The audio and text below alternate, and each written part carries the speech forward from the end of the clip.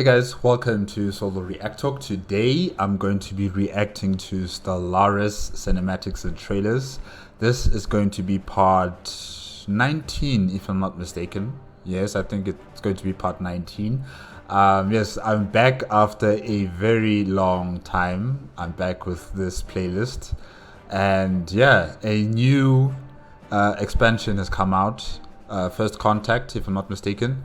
And I saw the first trailer for it, that small little snippet, introducing Stellaris First Contact, showing us the bird civilization, finding out or being surprised that there's a cloaked station hovering over their planet. Yeah, and I liked the music. I liked the cinematic in terms of the artistry and the different colors that they use and everything. It just looks so beautiful. Really, it really looked amazing.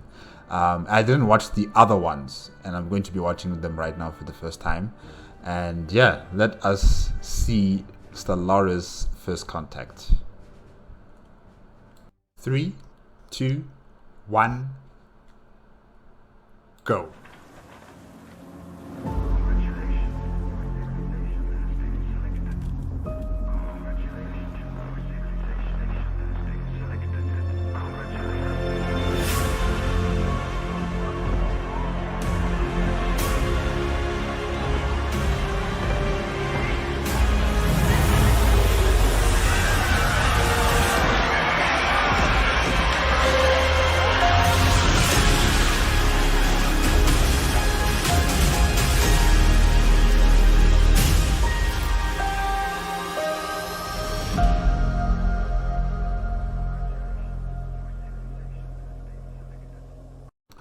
Yes, guys. Yes, this trailer. You know how many? I don't even know how many times I've watched it, like on repeat. I put I put the video on the loop option, and I just kept on watching it the first time when it came out.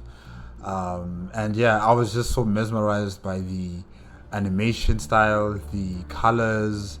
However, the birds were living in a modern era, like our modern times right now with, I would consider like humanoid buildings, if I can say it like that. I was expecting something more avian looking, in terms of their architecture, but it just looked more of what we see in our, current time period. It kind of looked like somewhere in New York or something. And yeah, it was really interesting seeing also the paper advertisements, the way the hologram information would just display itself like that. We need something like that. We need something like that in our time period right now on Earth, in real life. I think maybe there is something like that. I don't know, but that is a piece of technology that I find very interesting and something that we should really focus on making, because that looks cool. That really, really looks cool. And yeah, the birds are there celebrating. Some of them are in shock and awe, and seeing that station, or is it a mothership, decloaking like that was amazing. It was really beautiful. And then of course the signature Stellaris tune at the end. But before that part, they had that, I don't know how to explain it, but that tone, that din, din, din, din, yeah, that. I really, really, really love that. I really love how they added that in there. And yeah, this was good. This was really good. Okay, let's continue.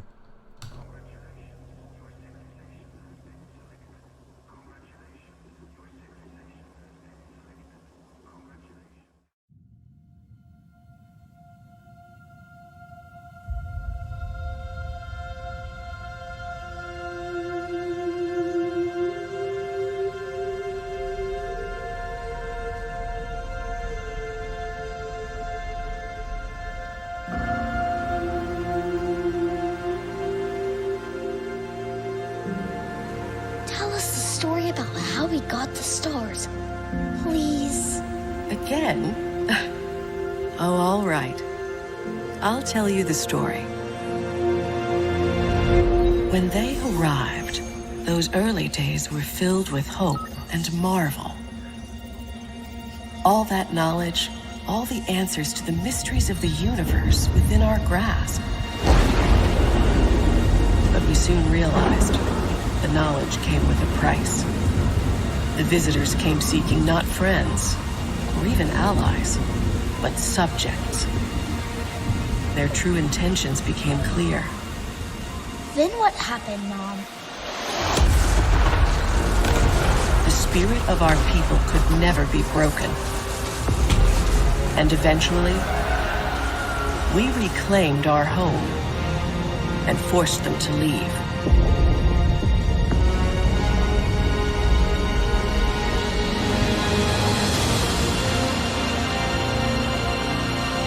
Will they come back? They are still out there. But the next time we meet them,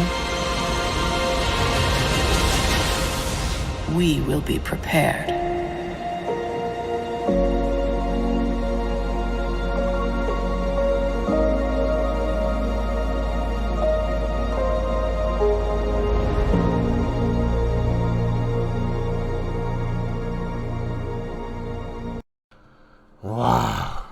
Wow. Oh, sorry, my cheeks hurt. Oh, wow. Okay, this story was amazing. This story was really beautiful. I was wondering, like, why is the station destroyed now? You know, because the bird civilization, they were celebrating. They were celebrating that, you know, this station is decloaked. And now we find it orbiting, you know, wreckage around the planet. And, you know, what happened? And, you know, the bird mother has told the bird children the story about, you know, these advanced species of alien came to the planet, promising them, you know, advancements and knowledge and technology and a partnership. But ultimately, it was not that. It was, you know, labor. They were going to use them for labor. They were going to enslave them as subjects, and they were going to probably mine their home planet and other planets across the galaxy for the servicing of this advanced race. It kind of reminds me of Overlord, because in Overlord, you know, an empire, well, in that cinematic, the Overlord took over an empire and promised them that, you know, they were going to be united with the galaxy. They're going to be having a brighter and better future together. But in the end, it didn't end up that way. And they decided to join forces with another alien species. So in this one, the primitive civilization have taken back their world through violence. They have destroyed the orbiting station. And, you know, we also saw some other ships cloaking and, you know, flying away. That was very nice. That was so beautiful. That was, okay. Yeah, that was good. And, you know, the girl child, the girl bird, was, or should I say, the mother bird was with her mother and father, you know, and they were celebrating, upon a mountain, you know, viewing that station blowing up and just being destroyed. And then it transitioned into that girl bird becoming the mother to two children. And really, that was a beautiful transition. I loved that transition. Really, it was beautiful. And yeah, it really reminds me of, you know, movies like Independence Day. You know, how we fought against the aliens for Earth's independence and from the tyranny of the aliens. And also many other franchises where, you know, humanity is being invaded by an advanced species. Sometimes they are benevolent, sometimes they are malevolent. And, you know, there is that contact and trying to establish an understanding. Sometimes it fails, and sometimes it's just a ruse for the aliens to take over. So yeah, really, it was great to see something like that here. And definitely, it has a synergy with Overlord. Really, it's so good. I like it. And yeah, guys, let's continue. Wow. I'm gonna watch this again. I especially like the bird that was, fighting for freedom, and then you saw him holding a gun in his hand. This was crazy. This cinematic was crazy. I love it. I love it.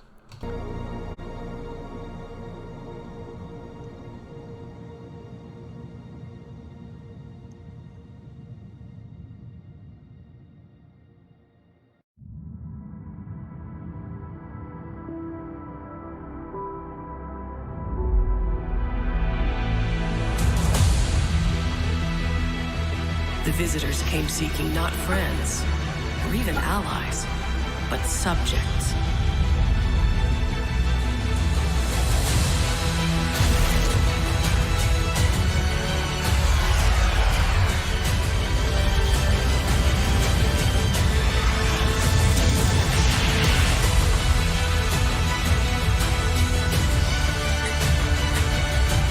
Will they come back? They're still out there, but the next time we meet them, we will be prepared.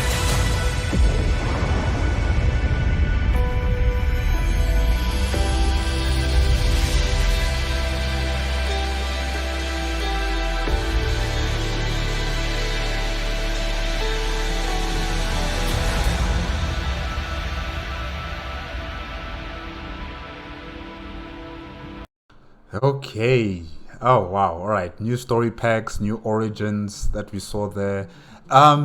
There were two ships that looked very interesting. They don't look like the normal type of ships that we use. Normal model ships that we use. I don't know what ships were those, but they looked, I don't know, like something that we would build in our time period. There was one with a shield. And then there was one that looked like from that movie. What was it called again? I forgot what that movie was called. Oh no. Oh gosh, what was it? Was it Starlight? I can't remember. Yeah, but there was a ship that has got rotating modules on it. And, I think that should simulate gravity inside the ship, right? And yeah, the ships there looked very interesting. I'm wondering, can you use those ships in in intergalactic travel across the galaxy, or is it a special collector's type of vessel? I'm not entirely sure, but yeah, that looked very interesting. Yeah, and of course the cloaking and the decloaking. I'm just wondering about the cloaking and decloaking. Will there be disadvantages in terms of using cloaking? For instance, with jump drives, it takes around 200 days for your weapons and for your shields to come back to full strength. So I'm wondering, with cloaking, is it going to be the same way, or we won't have any kind of effect like that? I'm just wondering about that. Also, in terms of armor, will it affect it in some sort of way? Will we have to sacrifice some space to make space for the cloaking, armor plating, something like that? Yeah, I'm just wondering. I don't know when am I going to play this game. I'm not entirely sure when. I have so much things to do right now, but definitely it's looking really interesting. Really, really cool. Especially with those two ships. I want those two ships. I don't know what they are, but they look cool. Oh my gosh. Okay, alright. Let us continue towards the end, and then I can have my final thoughts.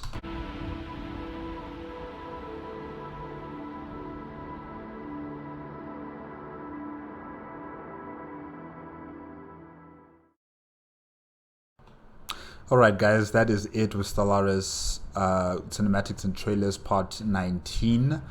Oh yes, and I did see a part where they were talking about the pre-flight civilizations, and I have seen one video where they were discussing that we will be having further communication and options when it comes to pre-flight civilizations. Yeah. Any pre-flight civilization I see, I capture.